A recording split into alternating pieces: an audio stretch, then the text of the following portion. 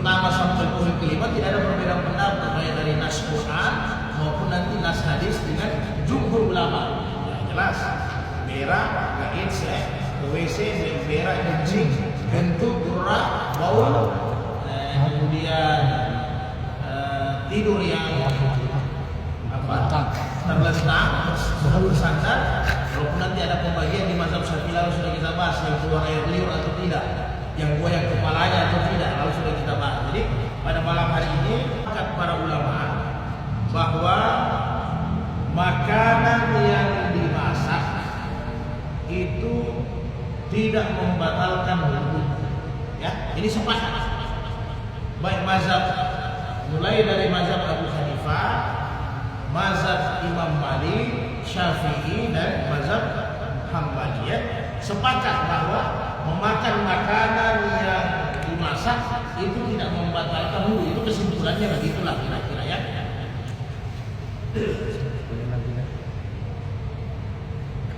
Su'ilan Nabi sallallahu alaihi wasallam an Samurah Jabir bin Samurah. Ana tawadda'u minal luhumil ibli. Ya Rasulullah, apakah kami kalau makan daging unta, apakah kami harus wudu? Kata Rasulullah, na'am, kamu harus wudu. Ya. Kemudian ana tawadda'a minan luhumil ganam. Bagaimana ya Rasul kalau kami makan daging kambing? Apakah kami harus wudu? In syi'ta. Jadi kata Nabi, ya kalau kau mau. Ini kesimpulan dari sini tidak wajib tidak wudu. Kira-kira begitu ya. Bertolak daripada hadis ini, disinilah terjadi perbedaan di kalangan para ulama. Mengambil dasar kedua hadis yang kedua dari Barra. Ini dari Abu Daud, hadis sahih juga. Kurang lebih seperti itu. Yaitu apakah kami harus berwudu ketika makan daging unta? Maka kata Nabi, tawadda'u minha, berwudu kalau harus makan daging unta. Kemudian yang kedua, apakah kami harus berwudu ketika makan luhumil ganam? La yatawadda, tidak usah berwudu. Ini lebih tegas lagi. Bukan lagi Nabi bilang in syi'ta, kalau terserah kami, tapi Nabi dan Nabi sampaikan la yatawadda, tidak usah wudu. Dua hadis inilah hadis sahih. Dua hadis inilah jadi perbedaan di kalangan para ulama mazhab. Jadi tiga ulama mazhab, Imam Abu Hanifah, Imam Malik dengan Imam Syafi'i, sama pendapatnya mengatakan bahwa tadi kalau makanan dimasak mereka sepakat. Ya. Ini persoalannya daging unta yang bermasalah. Jadi persoalannya ini daging unta. Sehingga kata tiga imam, walaupun daging unta juga tidak membatalkan wudu. Tapi menurut Imam Hambal, kalau daging kambing seperti mana tekstual hadis ini, ya, sebagaimana tekstual hadis ini bahwa daging kambing tidak membatalkan wudu, tetapi daging unta itu membatalkan wudu. Itu yang dipegang Imam Hambal, Imam Ahmad bin Hanbal. Ya, itu yang dia pegang. Jadi nanti kita lihat apakah ulama mazhab ini mereka berfatwa dengan sendirinya, tentunya tidak. Ya kan, seperti mana menyentuh wanita yang lalu sudah kita bahas. Karena memang ada perbedaan dari guru mereka, ujung-ujungnya ke sahabat. Seperti lalu Ibnu Abbas bilang menyentuh wanita tidak membatalkan karena ayat lamastumun nisa itu hubungan suami istri. Sedangkan Ibnu Umar bilang tidak, lamastumun nisa itu kulit dengan kulit. Ya kan begitu. Dari situ perbedaannya. Sehingga di mazhab Syafi'i yang dipakai oleh Ibnu Umar kesentuh istri sendiri pun batal. Tapi Imam Abu Hanifah yang dipakai oleh Ibnu Abbas radhiyallahu anhu tidak batal karena tidak berhubungan. Kalau berhubungan bukan hanya batal, mandi, kan begitu kan? Nah, jadi kira begitu. Begitulah dasar hukum pengambilan hukumnya, ilmunya dari situ. Ya, dari situ. Tapi mudah-mudahan kita santai, jangan dipaksa berpikir. Jadi supaya kita sudah. Kira-kira Imam Hambal dia bersikeras bahwa mengatakan daging unta harus wudu. Itukah fatwa dia sendiri? Tidak. Ternyata Imam Hambal ini tidak sendiri. Dia ada Isa bin Rawaha, ada Yahya bin Yahya, ada Ibnu Munzir, ada Ibnu Huzaimah, ada Imam Baihaqi. Mana ya? Ada apa lagi? Sahabat, lagi ke sahabat.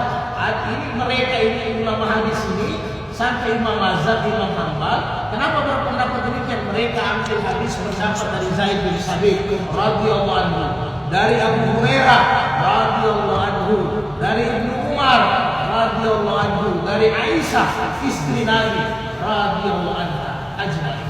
Luar biasa. Jadi tidak main-main. Kemudian Imam Syafi'i mengatakan tidak batal makan daging unta. Apakah Imam Syafi'i berfatwa dengan sendiri? Tidak. Jadi saya tetap larikan ke sahabat Nabi ya, sehingga kita nanti bijak. Banyak yang alergi kalau bermazhab, dia pikir bermazhab itu kita ikut pendapat dari Imam Mazhab. Tidak. Mereka juga berguru sama sahabat. Jadi sesudah sahabat siapa? Sudah paling dekat. Tidak ada huru haranya.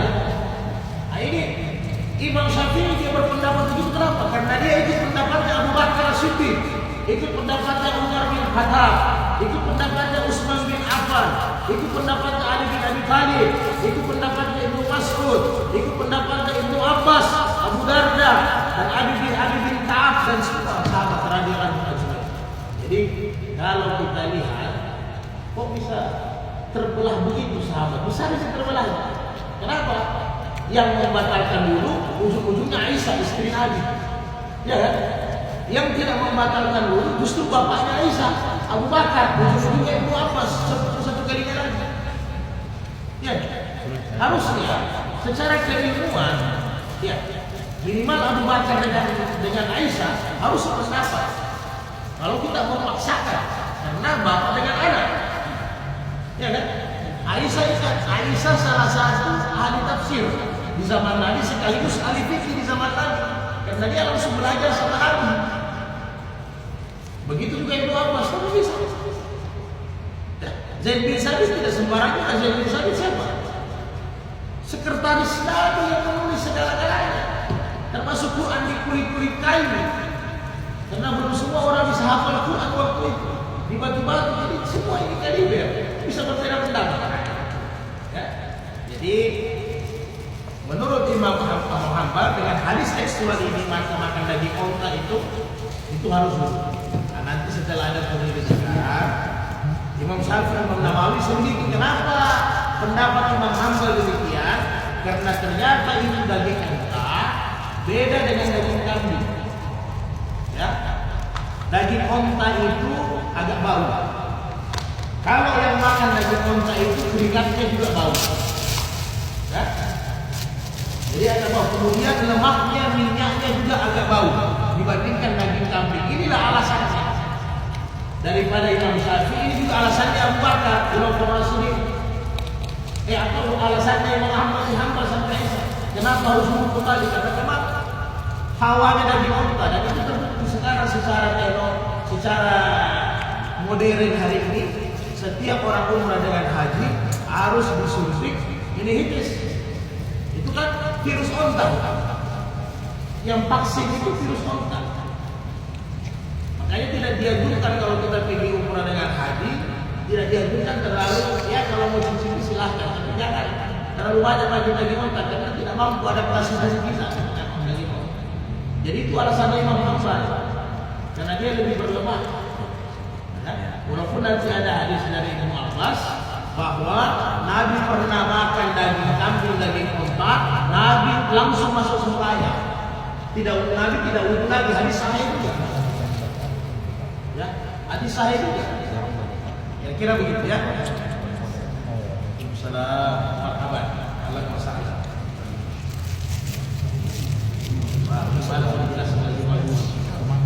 Baca lewat.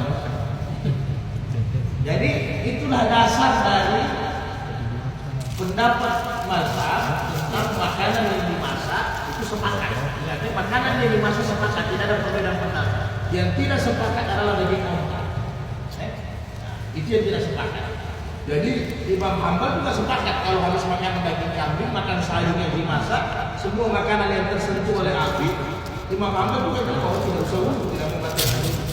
Tapi khusus daging unta sebagaimana hadis tadi, maka harus berwudhu. Walaupun Syafi'i, Imam Malik dengan Imam Abu Hanifah tidak perlu berwudhu. Ya, kira-kira begitu. Jadi dua hadis tadi. Kemudian bantahan dari Imam Syafi'i ya, Abu Hanifah tentang karena menurut Imam Hambal dengan tekstual hadis sahih tadi itu sudah memerintahkan kita untuk berwudu kalau makan daging unta. Yang pertama bantahan untuk Imam Hambal dengan Imam Baihaqi ya, tentunya ujung-ujungnya ke Aisyah radhiyallahu anha ya. Yang pertama al-wudu'u mimma yahruju la mimma yadkhulu. Jadi kata Rasulullah berwudu. Jadi al-wudu' mimma yahruju la mimma yadkhulu. Berwudu itu dari apa yang keluar. Bukan berwudu itu disebabkan yang masuk. Ya, ini bantahan pertama untuk Imam Hambal. Jadi berwudu itu yang mewajibkan kita batal wudu yaitu sesuatu yang keluar, bukan sesuatu yang masuk kata Imam Hambal. Kata Imam Syafi'i itu menurut hadis tadi. Sama ya? Jadi berwudu itu sesuatu yang keluar. Ya, baul, kencing, umrah, kentut, dan semua yang keluar ya. Jadi semua yang keluar menurut Rasul, tetapi bukan yang masuk. Jadi sehingga dibantah Imam Hambal, kalau daging unta itu kan dimakan, yang masuk berarti tidak usah wudu karena bukan keluar dia. Begitu. Itu bantahan yang pertama. Walaupun menurut Imam Hambal dia bantah juga ditulis. Ya, itu lumrah, tidak ada masalah. Artinya sebenarnya yang baku bantah ini bukan Imam Mazhab, ya, sama ya. Ulama yang dipegang oleh Imam Hambal, sahabat adalah Aisyah radhiyallahu anha. Itulah yang paling besar. Ulama yang dipegang Imam Syafi'i dan Abu Hanifah adalah Ibnu Abbas. Di semua ulama di zaman Nabi itu kira-kira ya. Ibnu Abbas dengan Aisyah. Jadi dibantah menurut pendapatnya Aisyah bahwa hadis yang tadi su'ilan Nabi ana tawadda min luhumil ibli, apakah ya Rasul kalau makan daging unta itu harus berwudu? Menurut Aisyah, Imam Hambal yang pegangan Imam Hambal, hadis itu ahkam, itu hadis hukum, dia berdiri sendiri. Jadi tidak boleh dianggapnya sebagai hadis umum kata Aisyah. Adapun hadis bantahan dari Ibnu Abbas, al-wudu mimma yakhruju la mimma yadkhulu. Berwudu itu nanti sesuatu yang keluar bukan yang masuk, itu sifatnya umum. Kata Aisyah, ini bantahan dari pihak Hambaliyah. Jadi kata Aisyah, jadi tidak bisa, tidak sinkron dia. Karena itu berdiri sendiri. Karena ada pertanyaan berikutnya, ana tawadda min luhumil kalam. Bagaimana kalau daging kambing? Sehingga kata Imam Hambal, daging kambing ini nggak sama semua dengan dajjal, sama dengan bakar, ya, sama dengan baydatun, sama dengan asma, sama yang dimasak. Jadi sama statusnya. Tapi untuk unta dia berdiri sendiri. Menurut Imam Hambal, maka makan daging unta harus wudu. Pendapat inilah yang dipakai di Arab Saudi. Sebab jadi jangan heran kalau nanti di Arab Saudi dipakai di pendapat. Jadi tidak usah ente bertengkar, diam saja, ya kan? Tidak bisa wudu, aku wudu, jadi diam saja. Oke, sekian karena pendapat kita ambil pendapat Ibnu Abbas tidak perlu wudu, kan begitu? Tidak perlu sapi. Ya ada referensi. Kemudian kalau juga nanti orang di sana kita lihat makan daging unta, jangan kita tegur suruh apa? Dan tidak usah wudu. Saya tidak usah wudu, tidak batal. Nanti berdebat lagi. Karena memang dia pegang pendapat Aisyah, Imam Hambal ya, bahwa makan daging unta harus wudu. Jadi untuk makanan yang dimasak sepakat tidak ada perbedaan. kecuali daging unta. Bantahan yang kedua,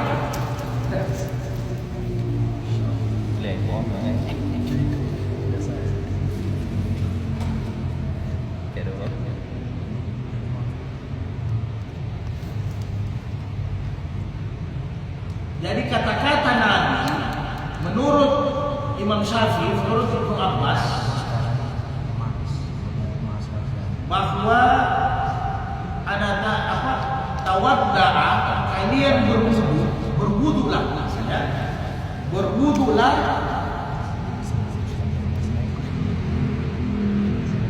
makan luhumil ibli, makan daging unta. Jadi maksudnya kata Ibnu Abbas itu maksudnya berwudulah itu adalah membersihkan tangan dan mulut. Jadi tangan dicuci, kemudian mulut berkumur-kumur, fadmada, berkumur-kumur, kemudian supaya apa? Karena daging onta itu baunya kuat. Daging onta itu baunya kuat. Kemudian dia agak busuk, yang tadi sudah jatuh, agak bau. Orang yang makan keringatnya agak beda dengan jangan kambing. Kemudian lemaknya juga itu kurang bagus baunya. Jadi dikiaskan oleh Imam Syafi'i seperti mana hadis Nabi, jangan mendekati masjid kami setelah makan yang berbau. Yang lalu sudah kita bahas ya, pasal bawang putih. Kalau yang di Indonesia apa? Pete, durian, semua ya. Ini maksudnya. Jadi bukan berwudu dalam arti kata wudu kembali, tetapi berwudu dalam arti kata cuci tangan yang bersih, kemudian berkumur-kumur. Bahkan menurut Imam Syafi'i, orang yang bekas tangannya pegang makan daging onta, itu kalau tidak dicuci tidak bersih kata Imam Syafi'i, bisa-bisa kalau jadi datang ke masjid. Menurut Imam Syafi'i, karena baunya itu disuka sama kalajengking. Kalau kesama mau coba silakan saya dulu maka coba. Ini menurut Imam Syafi'i. Makanya harus dibersihkan, bukan hanya perkara wudu, sembahyang, bisa-bisa yang jadi itu. Ada yang suka, karena tidak bersih, kan kira-kira begitu. Makanya dalam hadis Nabi kalau mau bersihkan itu dulu sabunnya tidak ada. Maka Nabi memasah turab, Nabi gosok dengan tanah, ya, dia punya tangan. Kira-kira begitu. Jadi menurut Imam Syafi'i kalau tidur itu tidak beres hari-hari. Yang suka makan daging onta aja begitu ya. Banyak. Kalau tapi tidak semua travel, kalau ikut travel tidak semua travel menyediakan daging onta. Biasa mereka sampaikan. Biasanya daging onta tidak di Mekah dimakan. Itu biasanya kalau kita ziarah ke Taif. Ya, Taif itu kan dia peternakan onta di sana banyak di Taif. Jadi biasanya ada hidangan tapi biasa diberitahu ini onta makan atau tidak. Makanya kita sebelum pergi kan disuntik ini suntik itu ya supaya virusnya, apalagi kalau ada nanti hadis Nabi satu sahabat bertanya apakah boleh, ini hadis Sahih Muslim Bukhari, apakah boleh kami salat di tambatan onta, kandang onta? Nabi bilang tidak boleh. Apakah boleh kami salat di tambatan kambing? Nabi bilang boleh. Sudah pasti najisnya sudah bersih. Kenapa? Karena virusnya onta itu ada naga. Makanya ini landasannya Imam Hanbal. Ya.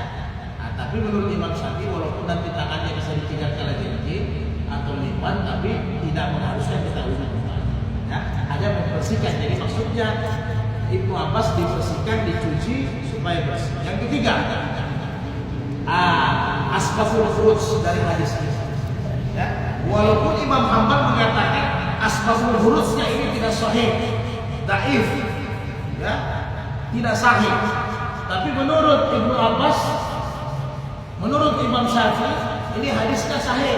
Jadi ketika itu Nabi sementara berkhutbah, ya kan? Nabi sementara berkhutbah, tiba-tiba ada terjun angin kurang bersahabat. Itulah namanya kentut. Ini menurut Imam Syafi'i dengan Imam Malik.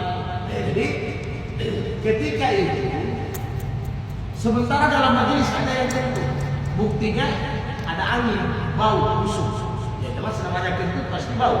Kan kalau dalam fikih, dalam hukum itu ada empat angin, ya kan? Dua yang bermasalah, dua yang tidak bermasalah. Kan begitu kalau dalam pembahasan fikih. Angin kentut dengan angin maupun kencing, kan itu ada dua. Kemudian sendawa, ya kan? Angin sendawa itu tidak bermasalah, kan begitu. Jadi ada empat angin dalam hukum. Kemudian angin apa lagi? Angin menguap. Nah, jadi nanti kita bahas, sudah pernah kita bahas mereka. Nah, jadi ketika sahabat satu tentu, inilah jadi sehingga di sini perbedaan pendapat. Menurut Imam Hambal ini hadis ahkam, tapi menurut Imam Syafi'i ini tarbawi, terbiah, ya. Nah, coba. Jadi ketika itu pasti tiada yang mengaku sama tertentu. Siapa mau kentut di majelis Nabi pasti malu, ayah, ya. Jadi bagaimana caranya? Kebetulan Nabi sebenarnya tahu. Ini Nabi bersisa, Nabi tahu yang kentut ini fulan. Karena Nabi sudah tahu tadi habis untuk daging onta. Nah, inilah hebatnya. Nabi sampaikan, siapa yang makan daging onta tadi, silakan dulu kembali. Ya kan? Ternyata yang makan daging onta bukan hanya yang kentut itu, ada beberapa sahabat. Maka pergi wudhulah mereka, sehingga apa? Tidak diketahui siapa yang kentut, aibnya kentut. Hebat tidak kan? Hebat tidak kan? Tapi di mazhab Hambali ini hadis mereka bilang tidak sah, tidak bisa jadi penguatan. Nah, tapi Syafi'i, Imam Malik, Abu Hanifah mengatakan ini sah. Karena ini asbabul wurud, keluar hadisnya Nabi, maka berwudulah. Keluar hadis Nabi, ini hadis saya keluar hadis Nabi bahwa kalian berwudu sesudah makan yang dimasak, walaupun nanti dimasukkan. Jadi Imam Hambal katakan. Yang keempat, alasan keempat lagi ya. Jadi inilah artinya di sini kita dapat pelajaran juga, walaupun ada hukum yang kita dapat. Kita bahas masalah hukum, tapi Nabi juga luar biasa dalam bergumulai, kemudian akhlak Nabi dalam membawa agama ini luar biasa. Hikmah ya. Jadi tidak bilang, antum kentut pula antum, semana antum. Jadi semakin bagus dalamnya ya. Jadi yang berdiri balik, jadi tahu yang mana yang kentut. Yang kelima, yang keempat ya.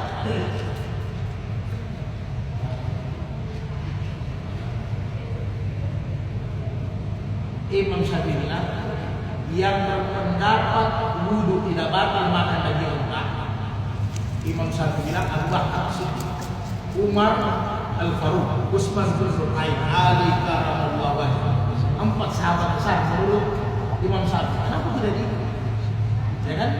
Dikuatkan oleh Ibnu Abbas sebagai ahli tafsir, Abu Darda sebagai penyimpan rahasia Nabi salah satunya. Kemudian Ibnu Mas'ud sebagai ahli Quran. Kenapa tidak diikuti? Ya kan? Ditantang sama Imam Muhammad. Ya kan begitu kan? Kenapa tidak diikuti wudu habis makan daging unta? Itu pendapatnya Zaid bin Sabit. Ya kan tadi sudah saya sampaikan. Pendapatnya sekretaris tulis wahyunya Nabi. Apa dia salah? Abu Hurairah, semua sahabat Nabi yang paling banyak meriwayatkan hadis 5.000 lebih adalah Abu Hurairah. Kalau Abu Hurairah tidak meriwayatkan hadis, tidak hidup bersama Nabi 2 tahun, sedikit kita tahu masalah hukum. Kita harus sepakat, ya, sedikit. Karena hampir 2/3 hadis ini Abu Hurairah yang meriwayatkan hadis-hadis hukum. Hampir 2/3. Jadi kata Imam Hambali, di sini Abu Hurairah bos, kira-kira begitu kalau berdebat. Ente silahkan ambil Ibnu Abbas, di sini ada Abu Hurairah, ada Zaid bin Sabit. Sampai terakhir, di sini ada Aisyah radhiyallahu anha. Subhanallah. Ya, kalau dikumpulkan hadis antara Abu Hurairah dengan Aisyah ini peringkat 1, peringkat 2. Ya. Jadi kira-kira bingung enggak? Sebenarnya kalau perbedaan mazhab kan terlalu bingung. Kalau sudah hari ke sahabat bingung enggak? Bingung. Tidak bingung kan? Bagus, alhamdulillah. Jadi supaya kita nanti orang-orang yang tidak sudah bermazhab, kita tidak usah lari ke mazhab, lari ke sahabat Nabi, simpel. Tapi kok bisa ya Nabi hidup bersama Abu Hurairah 2 tahun? Nabi istrinya ada Aisyah juga dalam rumah. Kok bisa beda?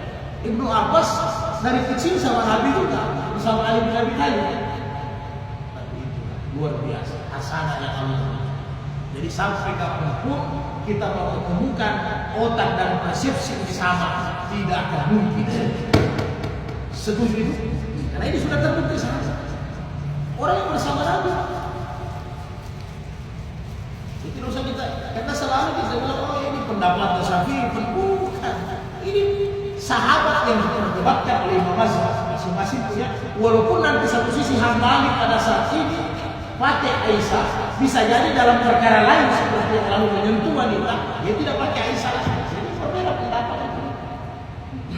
Jadi apakah ketika kita beribadah begitu, kan kita seperti sahabat, sama seperti sahabat.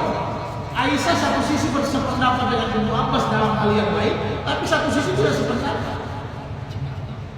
Bisa kita mengerti maksud saya? Biar kita ini kuat dalam beragama. Iya. Kita dapat di Jamiah 10 tahun di Jamiah tidak dapat tulis begini. Kita hanya baca hadis aja. Tapi mau memasukkan ini bagaimana kita bijak dalam memahami agama sulit. Butuh pendalaman. Tidak semudah itu. Jadi ketika Imam Syafi'i tampilkan sahabat-sahabat Nabi, Imam Hambal juga tampilkan. Jadi maksudnya Hambaliyah, Syafi'iyah, ya ashabus Syafi'i, ashabus Hambali. Karena dari mereka nanti ada murid-murid yang mengikuti di belakang. Jadi berdebatlah. Apa? Hanya sekarang biasanya kalau di mahat atau di pondok-pondok pesantren, kadang yang diperdebatkan pendapat mazhab, ya kan? Tidak diungkap pendapat sahabat. Ya kan? Karena tidak semua orang belajar mazhab langsung kepada sahabat. Itu perlu pendalaman yang lebih ini lagi. Jadi senjata yang dipakai Imam Syafi'i bukan Imam Syafi'i punya senjata, sahabat Nabi. Senjata yang dipakai Abu Hanifah bukan Abu Hanifah punya, tapi sahabat semua lari ke Nabi.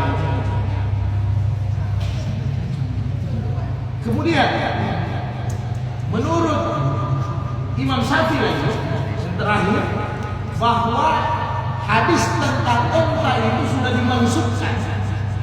Mansuk itu artinya telah dihapus. Hadisnya itu tawaddu mimma massat nar. Bermakanlah kalian, berwudulah kalian apabila memakan makanan yang disentuh oleh api. Berarti yang sudah dimasak. Maka kata Imam Syafi'i hadis ini sudah terhapus. Sudah masuk, dimasukkan oleh apa? Dimasukkan oleh dua hadis dari Ibnu Abbas. Ibnu Abbas berkata dengan Anas bin Malik bahwa Rasulullah makan daging kambing, ya. Kemudian Anas bin Malik makan daging unta. Kemudian Nabi masuk sembahyang pimpin tanpa berwudu kala yang tawaddu. Anas bin Malik meriwayatkan hadis sahih juga bahwa Nabi minum susu yang sudah dimasak. Versi yang pertama satu hadis hasan, Nabi berkumur-kumur. Hadis sahih, Nabi tanpa berkumur-kumur langsung jadi imam pimpin saja. Dimasukkan oleh dua hadis sahih. Dan hadir. Tapi menurut Imam Hambali yang ujung-ujungnya Aisyah, maksudnya menurut Aisyah hadis itu tidak bisa memasukkan karena di situ tidak ada kata-kata unta. Wajar kan? Betul. Nabi tidak masukkan unta aja juga. Karena kata-kata unta. Kan? Kira-kira sama sih. Tapi ya lalu jangan dikorek-korek lagi sudah begitu. Jadi bantahan dibantah lagi. Nah, jadi karena semua ini hadis-hadis. Jadi bayangkan dengan hadis hukum ini saja. Ya, ini selevel tabi'in ya, mampu mengatakan hadis itu tidak sahih, naif. Oke? Oh tidak, saya sah. Jadi bagaimana dengan perkara-perkara kecil hari ini? Yang TTB-nya? Iya kan? Kan apa-apa? Yang lebih besar mereka bisa. Ini besar karena ada hubungannya dengan batal salat dengan tidak, ya enggak? Karena Imam Hambali bilang Kalau makan daging unta batal wudu, berarti kalau ente tidak wudu salah ente tidak diterima. Iya. Imam Syafi'i bilang tidak. Bagaimana kita mau ribut? Kemudian yang terakhir tentang jenazah. Jadi ada satu hadis yang dipakai, man ghassal al-mayyit fala falyagtasil wa man hamalahu falyatawadda. Kata Rasulullah, ini hadis sahih ya. Barang siapa yang memandikan jenazah, hendaknya dia berwudu. Barang siapa hendaknya dia mandi. Barang siapa yang membawa jenazah, hendaknya dia berwudu. Jadi menurut Imam Nawawi, Imam Syafi'i bilang hadis ini hasan. Ya kan? Imam Nawawi ini generasinya Imam Syafi'i yang paling populer ulama Syafi'iyah. Apa dia katakan? Hadis ini dhaif. Jadi lumrah saja. Ini guru utamanya bilang hadis ini hasan. Imam Nawawi bilang hadis ini dhaif, tidak bisa dipercaya. Kemudian Ibnu Umar, Ibnu Abbas, ujung-ujungnya ke Ibnu Umar, Ibnu Abbas. Kenapa Imam Syafi'i katakan habis memandikan jenazah mandi, habis wudu, habis membawa jenazah wudu? Karena pendapat dari Ibnu Abbas dan Ibnu Umar dalam hadis. Satu, timbangannya bagaimana? Kalau habis memandikan jenazah, menurut Imam Syafi'i, kalau dia pegang langsung kemaluannya, ini saya ringkas ya. Kalau dia pegang langsung kemaluannya jenazah, maka dia harus berwudu kembali. Ya? Menurut Imam Hambal, biar dia pegang kemaluannya tidak apa-apa. Ada lalu pendapat Imam Hambal, karena kemaluan itu bagian dari daging sendiri. Tapi dibantah sama Abu Hanifah, iya dagingnya orang, ya kan? Dagingnya orang. Tapi kembali lagi Imam Hambal bilang sama. Apa beda dagingnya kita pegang? Apa beda kita pegang kulitnya? Sama dia satu paket. Masuk akal juga Imam Hambal, masuk akal iya. Betul masuk akal. Nah, kalau pegang kemaluan orang dengan sengaja itu beda lagi sama dengan pegang wanita dengan sengaja. Kan? Jadi bisa kita baca. Jadi menurut Imam Syafi'i itu satu. Kemudian yang kedua, jangan sampai ada kotoran-kotorannya, ya kan, yang melekat di badan. Karena orang yang memandikan jenazah bukan hanya kasih mandi, tapi semua kotorannya dikeluarkan, termasuk tinjanya. Ya, diangkat sedikit jenazah, lalu kita sudah praktek jenazah kan? Diangkat sedikit, diurut pelan-pelan supaya semua tainya kotorannya keluar. Nah, ini yang ditakuti Imam Syafi'i, jangan sampai ada percikan. Air percikan di sini. Kalian tadi tahu kan air ini tercampur percikan di sini, kita Allah Akbar, ada air di sini.